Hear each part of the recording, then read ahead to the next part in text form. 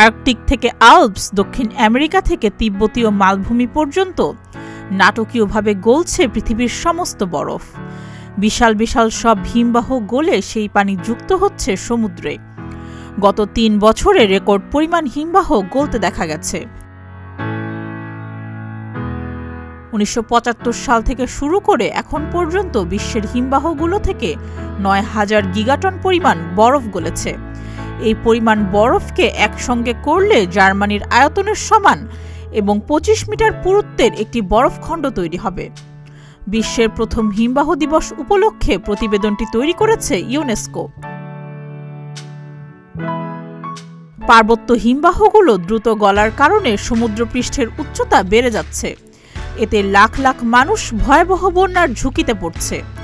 জলবায়ু পরিবর্তনের কারণে বরফ গলার পরিমাণ আরও বাড়বে বলে আশঙ্কা করা হচ্ছে। পার্বত্য এলাকার বসবাসকারী প্রায় ১১০ কোটি মানুষের ওপর হিমবাহ গলার তাৎক্ষণিক প্রভাব পড়ে। উষ্ণতম অঞ্চলে ২০৩০ সাল নাগাদ হিমবাহগুলো নাই হয়ে যেতে পারে।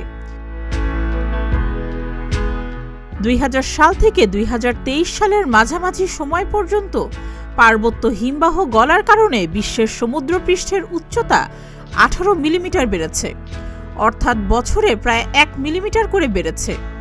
সমুদ্রপৃষ্ঠের উচ্চতা ১ মিলিমিটার বাড়লে ৩ লাখ মানুষ বার্ষিক বন্যার ঝুঁকিতে পড়বে, ফলে তলিয়ে যেতে পারে বিশ্বের তুলনামূলক নিচু দেশগুলি। সুস্মিতা, প্রতিদিনের বাংলাদেশ।